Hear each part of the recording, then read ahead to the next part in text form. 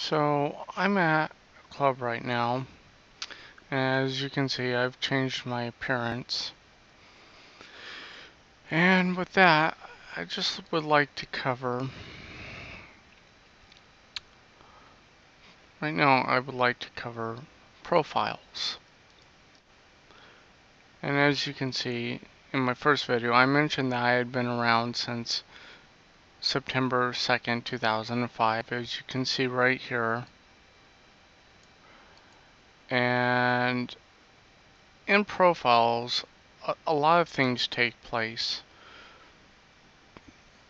Um, One of the main things is of course, being that this is called Second Life, you have a total of, well, you have 1, 2, 3, 4, 5, 6, 7. You have 7 tabs here on your profile. Your Second Life tab, which contains your groups. And then you have your About, which contains 500 characters of, well, whatever kind of information you want to put there. And then you have your give item bar, which usually if you open your inventory and then you have, say, an item to give, you can drop the inventory there, or you can drop it directly over the avatar. Usually it's better to drop it in the inventory first, and if they don't receive it, then drop it over the avatar if they're directly in front of you. But that usually depends on the delivery server and how it's uh, at the time how it's delivering objects. Now, when it comes to profiles, here you have a box that says show and search. It publishes extra profile information such as descriptions and image in search. So people, when they click search here, when they click search, it will it'll basically look up people. Now, when you open your search window, you'll have different tabs, and you can look up groups, you can look up people. Now, in this case, we're looking up people. So, for the example that I want to give for this, we're looking up Dazan Aya. And we'll see what Dazan has in his profile. As you can see, he's been around since 2007, and you can see he has no payment info on file, where again has payment info used. Now what that means is you have two types of accounts. You have a basic account and you have a premium account. Premium accounts get a little more than a basic account. Premium accounts are allowed to have land. They're allowed, well, they used to be allowed stepped in. I don't know if that's still the case. Depending on how old the account is, the amount that they get varies. And here on some viewers, I don't know if this is a new thing, but here you have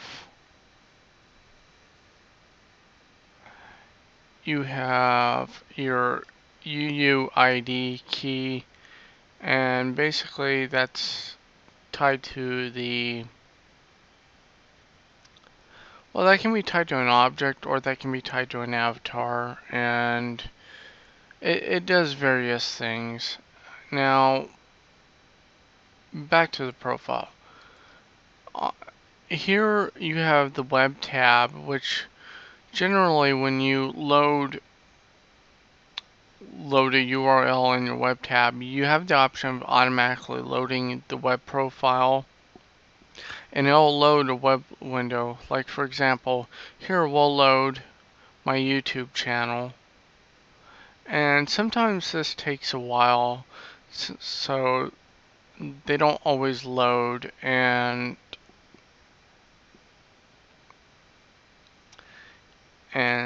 there it loads, and it's in a compressed window. But here you also have an option. You can either you can even see the previous video that I posted, which happens to be the video before this one, and you can have it set in an external browser, and what that means is whatever browser you're using, it'll open it in that browser, or you can have it just open the home URL, and it'll open up your media browser. Here you have your interest tab, and basically that just tells people what you want to do in Second Life. Now, uh, now you have many options. Like I was saying in the first video, you can build people. Well, not build people. You can build to meet people. You can actually just meet people. You can join groups. You can sell. You can buy. If you're looking to hire people because you want to do this as a profession, then my suggestion would be to put in an ad under the classified tabs, and I'll explain a little bit more about that when we get to the classified tabs. Basically, you have your buy, which, if you want to go around buying stuff in shops, most people don't even really pay attention to that box, but it does help. And then you have be hired if you want to be hired, and then you have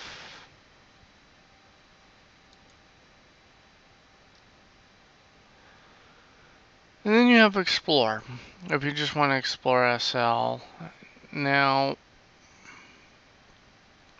the hire and be hired, usually the hiring box, to go back to that, there is usually checked when if you have a skill and or the other person has a skill, I should say, and you want to hire them and they fit your needs, and then they would put their skills underneath is what they have.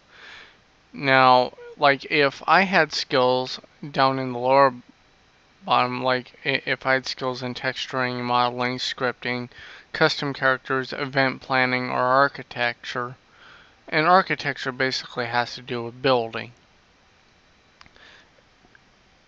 Now, and I'll get into a little more of that in a future video, but that's basically what the be hired means. Now, languages, well, that's pretty much a given. Whatever language you speak, if you speak one language or multiple languages, you can choose to put them down. All this information is optional in this box. Now, under the picks. And picks are like your favorites or your favorite places. Some people will use this for like role playing. And in my case, I used to role play, and I don't really do that anymore. So I still have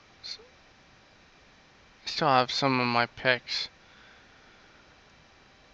and this has to be the worst timing ever. This is really making me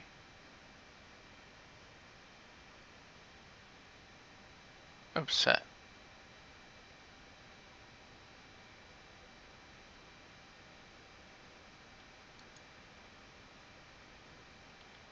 So, okay, like I was explaining, basically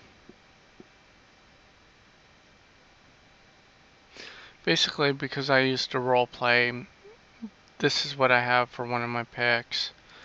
And then I've got multiple picks. You can have, I believe you can have up to 10 picks, and then before you have to pick and choose which ones you want to delete. I could be wrong about that, but it may be more. Now, to the classified ads. Now, as I mentioned earlier, the classified tab, if you were hiring someone, you would put in an ad saying that you were looking for someone to work for you, and then you would list what you need. But or in some cases, if you were looking for work, you could put in an ad, saying that you were looking for work. Or if you were selling something, you put in an ad saying that you're looking to sell. Uh, and if you're selling land, that's also how a lot of people do that. And that's pretty much how the classifieds work. Usually, also the classifieds cost money, so it's it used to be based off of the amount that you wanted to pay. The the ads would be ranked. The more you paid, the higher ranked your ad was. So depending on how much you paid per week, you would you you'd be ranked higher if you paid the most. Now I haven't been on in a while, so I don't know if that's still the same or not, but I'm suspecting it is. Now for your first life tab, this is exactly as it sounds. It's all your first life information, and that is optional, but some people choose to fill out, others don't. I chose to fill mine out, and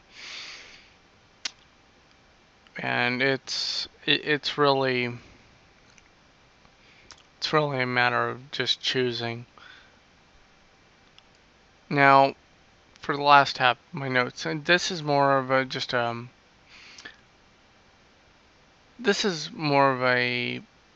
private thing. It's kind of a reminder. Everyone has this tab in their profile, and they can't see what you write about them. Although I suspect that there are third-party programs that do allow that, and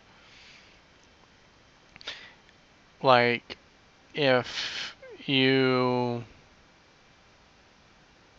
who's a good example here?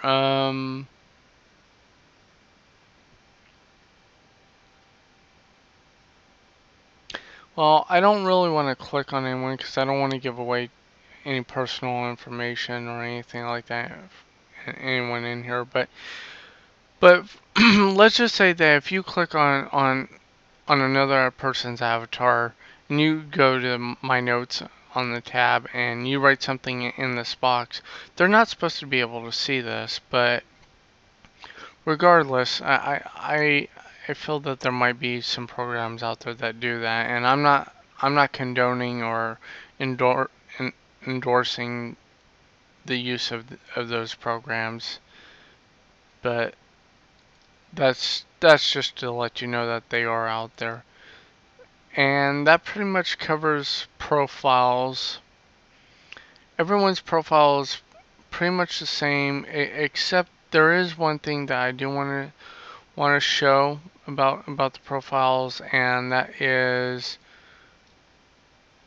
well, that is when you click on someone's profile, you have these buttons down here that don't show up on mine, and that's Find on Map, which is an uh, interesting button because you have boxes here that if they are checked, a certain one has to be checked, and if they're checked, you can actually go to your map and you can find your online friends, though I don't have any online friends that are allowing me to find them.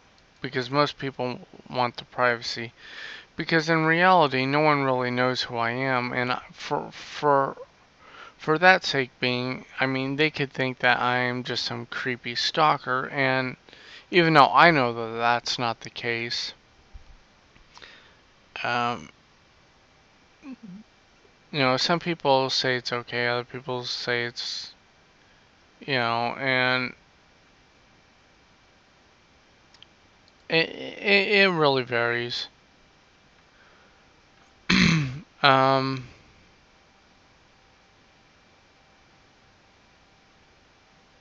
for the most part,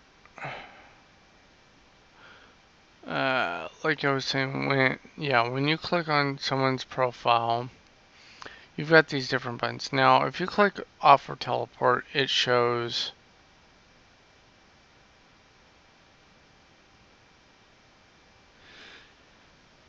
the person a message, and then you can teleport them with that message to wherever you are, if it's allowed. And then you have your add friend button if you want to add a friend. And you can also pay them. You can send them what we call lindens, which you can also buy for real currency if you have a credit card or PayPal account or some form of currency exchange system. So you also have the option of sending them an instant message, which then it opens your communicate box, and it usually opens in a separate tab just underneath local chat where you can see people talking here. And if I had this box closed, it would show up on my screen as it is here, as you probably have been seeing. So the instant messages would be coming up, and it would have an I am right next to it by their name, so you would know it was an I am. Plus, you hear a little ding that kind of lets you know that it's an I am. Then you have the mute button, which if someone is bothering you and you're in a sim and sim owner or whoever's in charge doesn't want to do anything about it, then you can choose to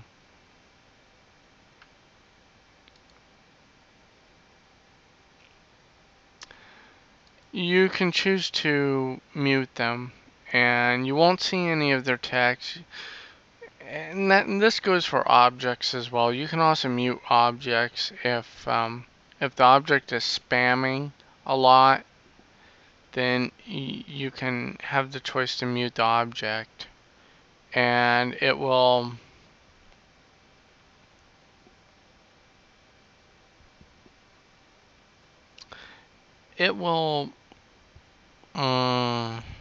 what's the word I'm looking for? It'll keep the object from spamming, and because no one likes spam, everyone's like, spam is bad. Well, so that pretty much takes over the mute button. But some clients, like the client I'm using, might have extra features that you can also use that the standard viewer may not. And not all clients are supported under what I would consider like the allowed list. There are some clients that the official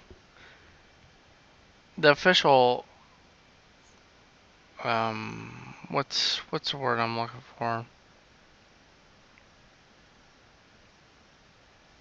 The official terms of service or user agreement. It involves like some exploits, and I don't believe that Singularity is on that list, but if I am wrong, then well, then I'm clearly in some serious trouble. But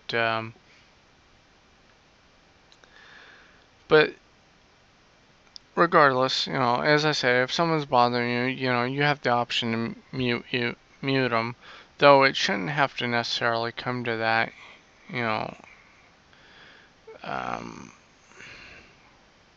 there are different areas of Second Life, and the area I'm in is a mature area, which means that everyone in this area should be an adult, or at least 18 or over. And the reason.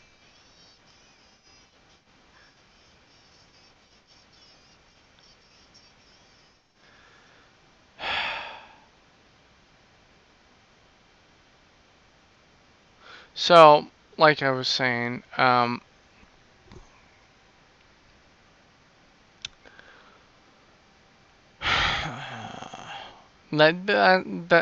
is another thing about Second Life. Gestures. They're fun, but they get really, really, really annoying. And I don't know if you can hear it or not, but the thing is you have an option of, with some viewers, you have the option of turning that down or off. And that's your choice. Now, this last button for the profiles is invite to group, where if you're in a group and they've given you the ability to invite people to that group, you can invite them, and then it'll give the other person a message asking them if they want to join the group or decline. And if they click join, then they've joined the group. If they click decline, then that's their choice. So that pretty much covers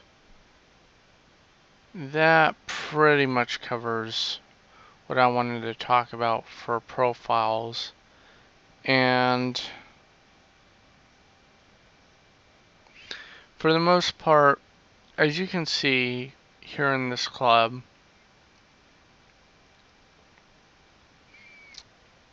it's pretty, I don't want to say dead, but there's maybe, well, I can tell you that there are exactly 24 avatars in this sim right now. Now, this is called Demonic Nightclub and Demonic Nightclub and Mall. And it's under the Demonic Empire. Oh, no, excuse me. It's above the Demonic Empire. And the Demonic Nightclub is also a, well, I've never been to the Demonic Empire. Interesting. Well, you have the club. You have the club to the north, and then you have the Demonic Empire to the south. So, at any rate, I would like to thank Demonic Nightclub and Mall for allowing me to have fun here and explain a little bit of how profiles work to the new users of Second Life and the community. I'm only doing this because, as I stated before in my first video, that I've been around since 2005, and I didn't really state it in my first video, but I'll state it here. Over the years that I've been in Second Life, I've noticed that people, they're helpful to an extent, but it's a rarity, and I just don't really see it enough as when I used to when I joined, and I didn't really start picking up on certain things until after the third year of me being in Second Life. And you figure 2005, 2006, 2007, 2008, 2009, you figure 9 years. Well,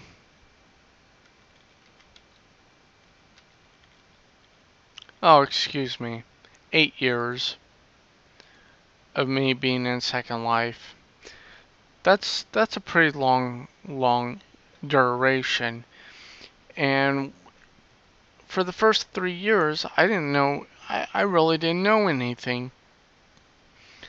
And granted, I'm still learning. I've been here 8 years and I'm still learning. And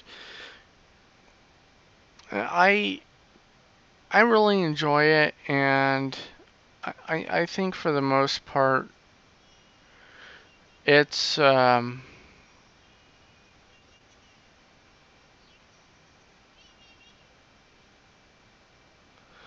it's really enjoyable, and I really appreciate, the help that people offer when they do. And I know that the new users of Second Life, the ones that do come in,